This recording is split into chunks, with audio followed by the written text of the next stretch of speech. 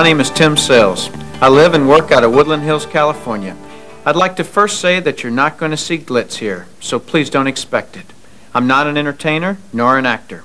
I've created this video as a tool designed to educate people about a business concept that works for people who are willing to put 100% of themselves into something. See, it takes 200% to be successful in business. 100% must come from you.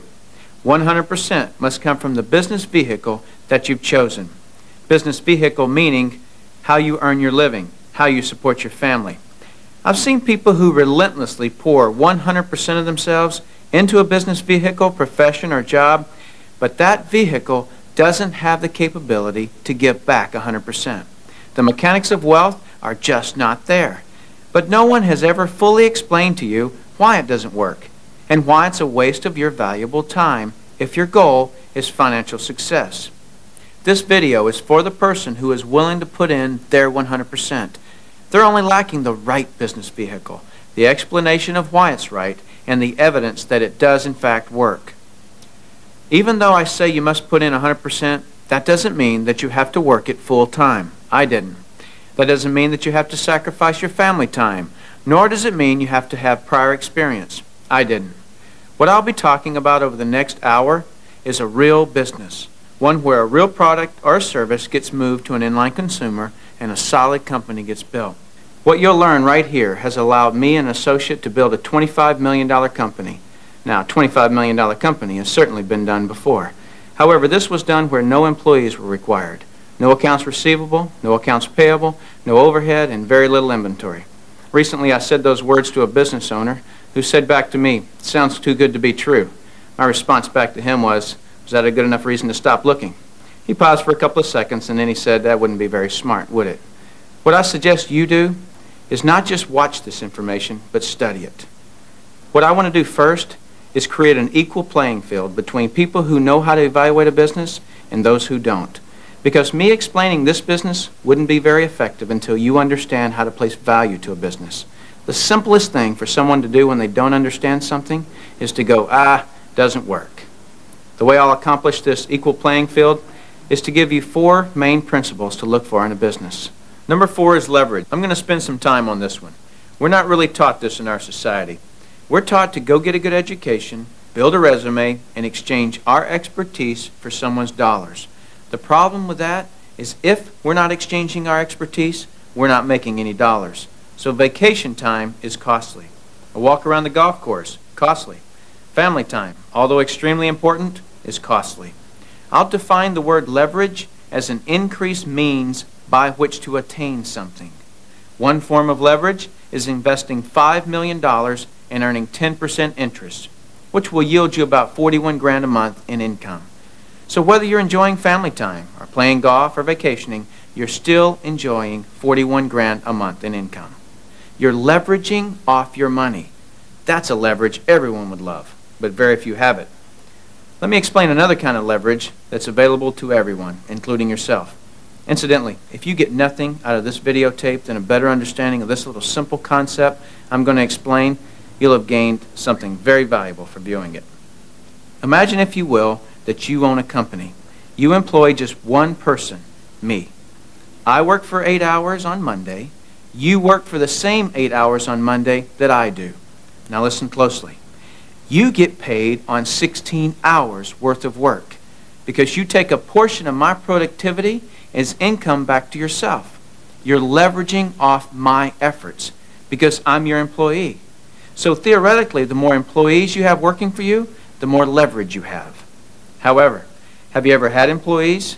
If you have, you know that in theory, hiring employees sounds great, but it's very difficult to reach leverage through employees. I've heard it said that if you have 1 employee, you have 1 headache. If you have 100 employees, you run an adult daycare center. And the reason being is this: no employee will ever work as hard for your company as you will, because they don't own it. As soon as the boss walks out of the office, it's throw the feet up on the countertop, make long-distance phone calls. When the employee goes to the supply cabinet, they don't grab just 1 pen. They grab a handful of pens and Post-it notes and paper clips and rubber bands, right?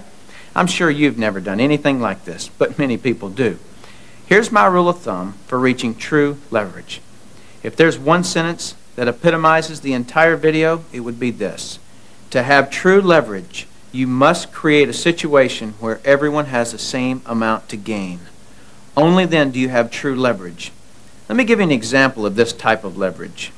Let's say that I'm a real estate broker and I hire an agent named Robert. Robert goes out and sells a building.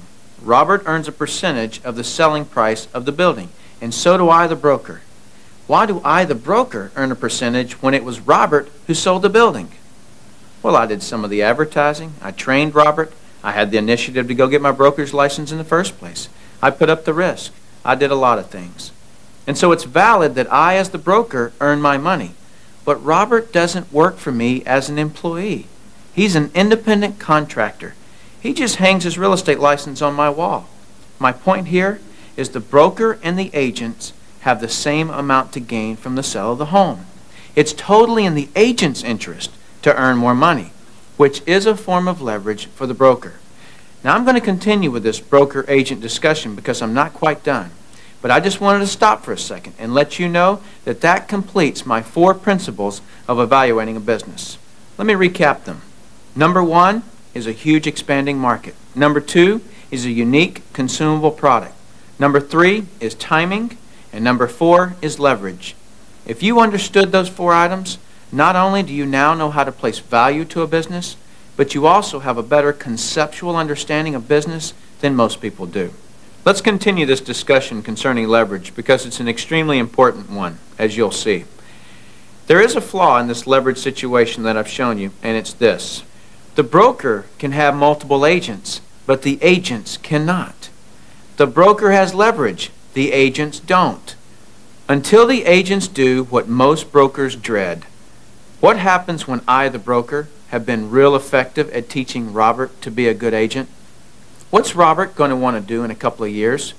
Be his own broker, right? Is this good for me, the broker? No, because as soon as he becomes a broker, 2 bad things happen to me. Number 1, he breaks away from me and I lose him as an income source. And 2, worse than that, he's now my competitor that I trained. He knows all my good stuff. By the way, this doesn't just happen in the real estate industry. It happens in practically every industry. Have you ever heard the expression, I'm just going to work there for experience? What does that mean? It means I'm going to strip them of their knowledge and then go do it myself. If you're a business owner, how many people have you trained who are no longer working for you? How many people have you trained to be your competitors? Well, this gets worse. Let's say that Robert is now a broker right down the street. What will he do now that he's a broker? He'll go out and hire his own agents. And let's say one of those agents is Linda. Linda also eventually wants to be a broker. So she becomes a competitor to me that I indirectly trained, as well as Robert, who I directly trained. And this continues on and on. I actually created a chain of competitors that I trained. What if we did a whole paradigm shift? Here's where this becomes brilliant. Let's say instead I'm going to empower Robert to become a broker. I want him to become a broker from day 1. See, the only way that you or I can retain a leader is provide him or her with the same opportunity for growth that we have. Hence, an opportunity where everyone has the same amount to gain. So from day 1, I'm going to encourage Robert to be a broker. And when he does, he doesn't break away from me and become my competitor. He shifts from agent to broker, which now allows him to sponsor his own agents. Now, to create an incentive for me, the broker, to always help Robert and his agents, I'm still going to earn a percentage of what he and his agents sell. And shouldn't I? I trained him. I put up the risk and all those reasons I mentioned earlier. Now, the percentage I earn from Robert and his organization should be a lot smaller than when he was an agent, but I should still earn a percentage. That's my incentive to keep working with them. Now, some people look at this and say, gosh, isn't that one of those pyramids? And what's the perception of a pyramid? People at the top make all the money and the people down below do all the work, right? Isn't that the perception of a pyramid? Let me explain why this is not a pyramid and why people at the top don't necessarily make all the money. Let me just make a quick point before I discuss the pyramid issue. It's not the geometric shape that people have a problem with. This geometric shape is probably the shape of your family tree, the shape of our government. To the architect, it's the strongest structure known to man. Every organizational structure in the world is this shape. So the shape isn't the problem. However, that perception, people at the top earn all the money, let me illustrate that for you. Here's a typical corporation. At the top, you have a CEO, which stands for Chief Executive Officer. Does the president earn more money than the CEO? Not normally.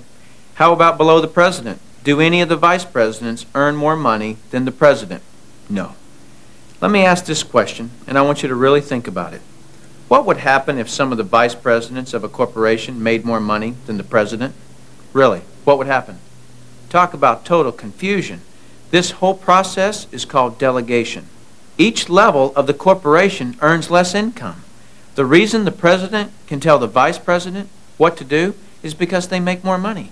The reason a middle manager can tell the staff and employees what to do is because they make more money. So the corporate structure is people at the top making the majority of the money, and the people at the bottom do not. The CEO of any corporation earns off the productivity of, or is leveraged off of, everyone in his or her corporation. Whether that CEO personally hired every employee or someone else in the company hires them. So the CEO, and only the CEO, earns on multiple levels of his or her company. And the model that I'm suggesting as being brilliant is where you, the individual, are given that same opportunity to earn on multiple levels of brokers and agents, just as the CEO of a corporation is. From here on, I'll refer to this form of marketing as network marketing. In network marketing, you, the individual, are given the opportunity to earn off the productivity of the people in your organization, whether you personally sponsor them or someone in your organization sponsors them. Remember when I said to reach true leverage, you must create a situation where everyone has the same amount to gain? Well, that's what I've just described. Here's what makes the network marketing structure the absolute fairest structure available. In most network marketing companies, everyone can earn a certain number of levels deep of the organization they build. Everyone in the company can earn that same number of levels deep, like maybe 4 levels deep or 6 levels deep. Let's say we use 4 levels. So if you build an organization to be more productive, then you would earn more money than I would, even if you were in my organization. In the example shown, you would earn on 3 levels I couldn't reach, because everyone gets the same number of levels. There are people in my organization right now that earn more money than I do. Do you know what I call that? Fair. Shouldn't it be that way? I mean, take any structure. Shouldn't the most productive person in that structure make the most money? What does a nice resume or years of seniority have to do with productivity? Nothing. If you bring more profits to a company or organization, don't you deserve more profits than anyone else? You don't normally find a person on the 5th level of a corporation earning more money than anyone else, but in network marketing, it happens all the time.